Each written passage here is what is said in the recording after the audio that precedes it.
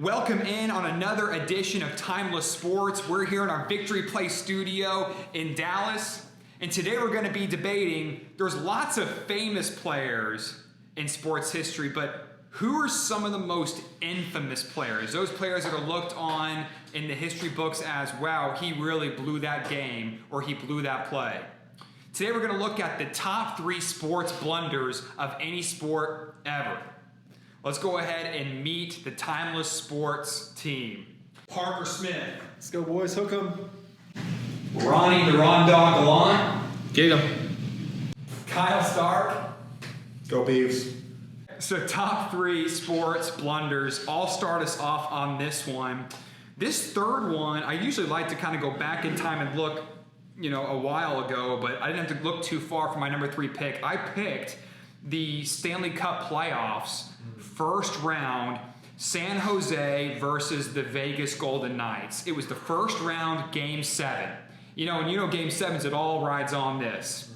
It was a, Game 7 was in San Jose, and Vegas goes up 3-0 in the game with under 11 minutes to go. So Vegas up 3-0 on the road, under 11 minutes to go, and then the unthinkable happens. Cody Eakin, who loved to Cody Eakin, RIP from the Dallas Stars, was a former Dallas Star, gets a 5-minute major penalty for cross-checking. Now, I will defend Cody Eakin. He got the blame for this. It was not his fault. It was definitely Paul Stastny, because Cody Eakin puts a check on him, and then Stastny comes in high and levels him to the ice. Cody Eakin got the bad rap for it. He got the penalty, but really it was Paul Stastny's fault. Nevertheless, 5-minute major penalty, Eakin in the box. Now, for those of you that don't know, hockey is as one of your favorite sports. A 5-minute major penalty means the team can score as many goals as they want, and the guy cannot come out of the box. A typical penalty, the other team scores, the guy comes out on the ice, no more power play. 5-minute major, the guy's in the box for 5 minutes no matter how many times the other team scores. So, sure enough, San Jose, 1 goal, 2 goals. Literally, in 3 minutes, San Jose puts 3 goals on the board and ties it up at 3. Game 7. And of course, the home crowd's going nuts. So for me, you're up 3-0 if you're Vegas, even though you gave up that penalty. You can't. I think that San Jose fans Vegas fans would say that the refs made the blunder and it should not have been a 5-minute major.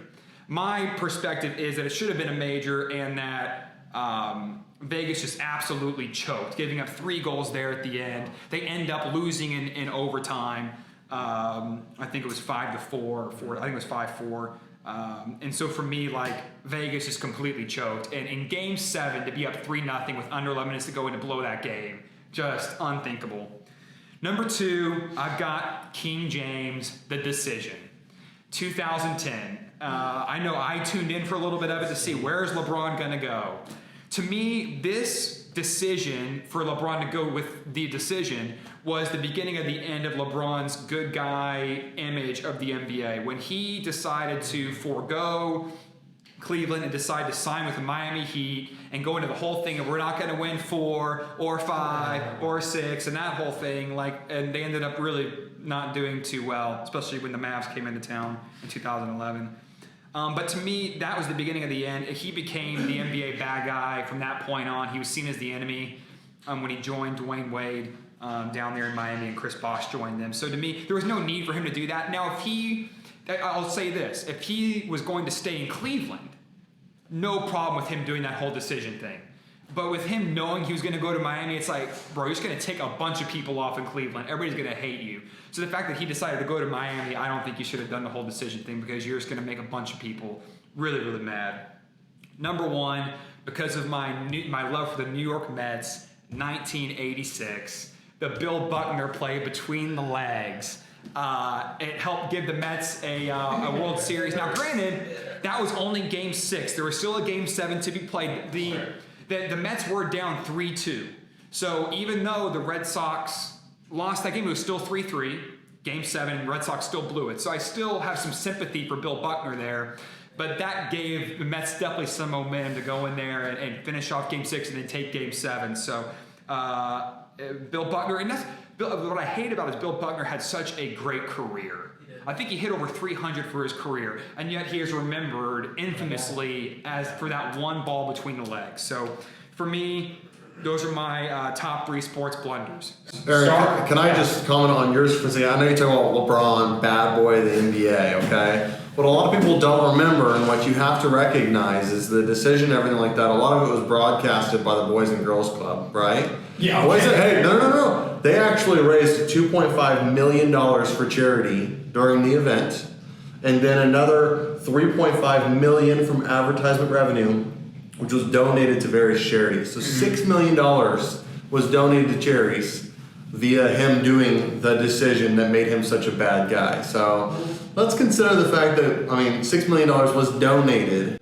And that's great. I'm just saying, if he were to have stayed in Cleveland, it would have been totally different story. But he's going to Miami. Couldn't he have done the decision and decided to stay in Cleveland? Yes. Yeah. And so he still could have won that. He still could have made $6 million.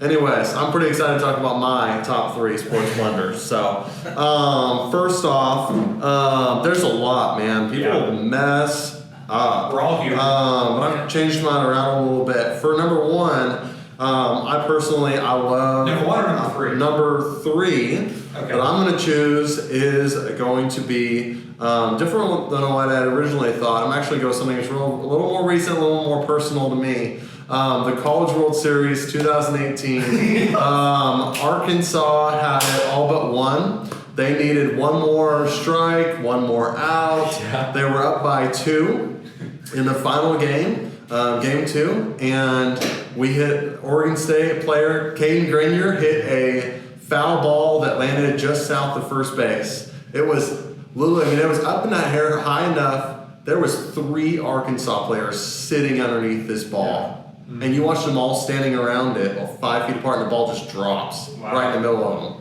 Immediately after that, base hit, scores, 1, we're down 1, next bat, 2-run home run. Oregon State goes on to win that game, and then shut out, 5-0 win, game 3. Oregon State wins their 3rd College World Series in the last 12 years. So, amazing. Number 2, Chris Webber calling timeout. Listen, they just caught a big break. They were down 2. He did it. It made sense. But you've got to know you don't have any timeouts left, bro. Like, you just have to know. If you're thinking through that, if you're the leader, if you are that guy, you got to know how many timeouts you have. They didn't have any. They go. They lose the game. Blow it. And then number 1, I really think the Seahawks. Pete Carroll. It's basically Pete Carroll. You're on the 2-yard line, whatever. You've got beast mode Marshawn Lynch back there who's and running the ball, timeout. okay, and a timeout, and you don't run the ball up. Just give it to Marshawn. You got 3 tries probably with the dude to get in, and you decide to throw the ball on the 2-yard line. Heck, you probably could even snuck it like a QB sneak with Yes, Wilson. that's got to be. You lost a Super Bowl. I like to believe that games are not won and lost in one play at a time, but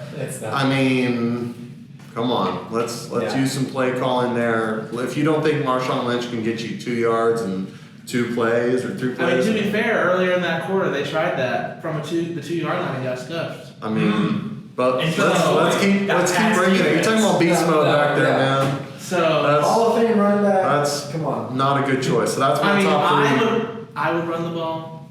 Yeah, everybody would run the ball. Yeah. Except I'm not for sad that they didn't. Bill Belichick's like, man, I really thought they were going to run the ball. Because that's what he would have done. That's my top 3. So my 3, 2 of my 3 hit very close to home. As you know, I'm from Boston, Massachusetts. Number 3, which probably could be number 1 depending on the day, is the Red Sox selling the Babe. Oh, jeez. How do you sell Babe Ruth and not only to that godforsaken organization, the New York Yankees? What? For cash! For cash! Granted, sure, back then, $100K was a lot, but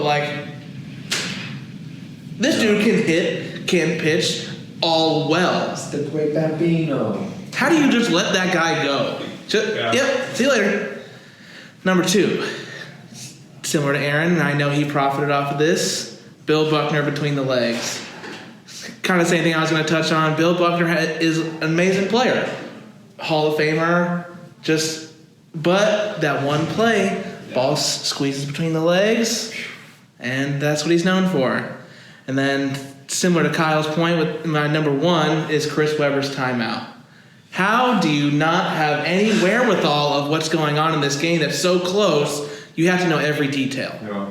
Every detail you have to know. So to call that timeout, get a tech, go down by more, I can't believe it. Yeah. Parker, what do you got for us? So, okay, rounding out my top 3, my third one is a man who could have broke a curse, a 20-plus year curse now that's just going to continue to run. And that is Tony Romo's dropped, fumbled snap. Oh my gosh. And so, I mean, this just was a gut-wrenching play. I think really it just sums up the last 20-plus years of the Cowboys, is just being right there to the final to screw it all up. And so, and what's sad is he actually had a pretty good game up until that point. He had a fantastic game. Yeah, in some people's opinions. But he had a really good game, and then I don't know what he's thinking, but he just fumbled it, and then you just see him run, and for a split second, you're like, maybe he'll make it. But then you realize that it's Tony Romo, and he's always injured, and he's not fast. And so He was an elusive quarterback. He had some speed. he was That's the JJ Watt. He was quick. He was not fast. Yes. He was more quick than that. Yes. Yeah. Anyways, I think this is just the Cowboys ever since their last championship in '96, and this is how they're always going to be with Jason Garrett at the helm. I mean, All right, Jay. they are. It's Tony Romo. That's the epitome. Not good. Tony Romo's good. And we can go into a debate later, which maybe make another video on if Tony Romo should be a Hall of Famer or was maybe even a winning quarterback. Let us know down below. Yeah, let us know. Would you want to see that? And number 2, so we talked about top 3 sports blunders. And so we're talking about sports blunders. It doesn't have to be players, but sports blunders. And so my gut was with Steve Bartman's foul ball No. in 2003. And this was so big that they had a 30 for 30 on it. And a really good one, which also referenced Bill Buckner, which I found out, which actually I knew because I watched it. But it's just iconic because this guy received so much hate and was just, it was so bad that the organization as a whole had to try to come apologize years later and try to reconcile this because of all the stuff that's happened.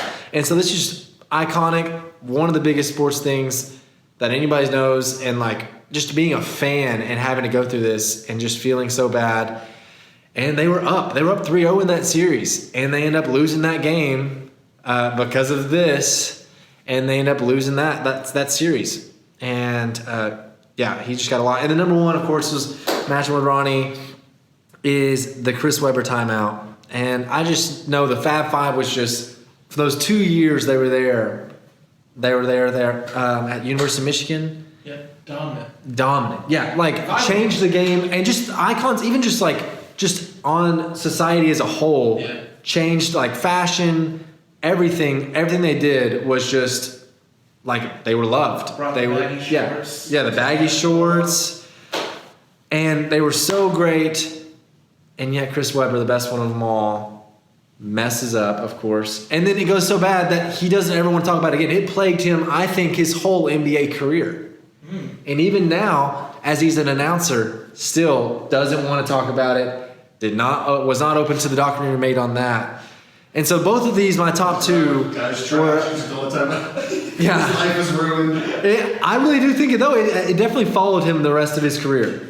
And the top 2, so my top 2 picks both had 30 for 30s. I'm sure my third one will have a 30 for 30 one day about just That's not true. the Cowboys and the curse. All right. Well, so here's my thing for those of you that put the Weber timeout, which I guess was just Kyle, did you put yours in there? Yeah. The Weber timeout?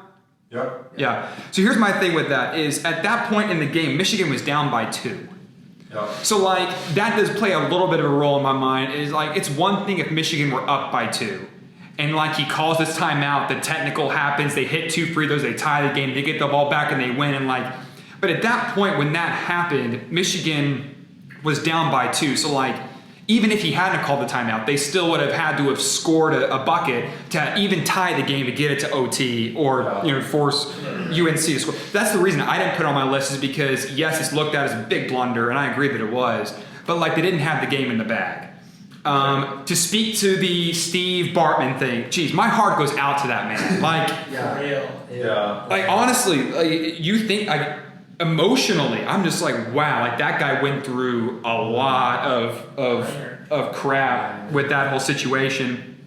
The thing with that was the Cubs were up 3-2 in that series. So like they had game 6 and game 7 at home. All they had to do was win one of those 2 games. They're up 3-2. And in that specific game, they're up by 2 or 3 runs when that play happens. But like they score, so the foul ball happens. The ball doesn't get caught by Moises Alou, but the Marlins score 8 runs that inning. Like 8 runs after that mishap with Steve Bartman. Like, you can't blame Steve Bartman for the Marlins scoring 8 runs that inning and then also losing at home in Game 7 when they had every opportunity to just forget Steve Bartman in that play and let's just go win Game 7. They couldn't even do that. So, like, I know that Steve Bartman lives in this infamy or whatever, but, like, ultimately, there was still the rest of Game 6 that had to happen where they let up 8 runs in that one inning, and they lost Game 7.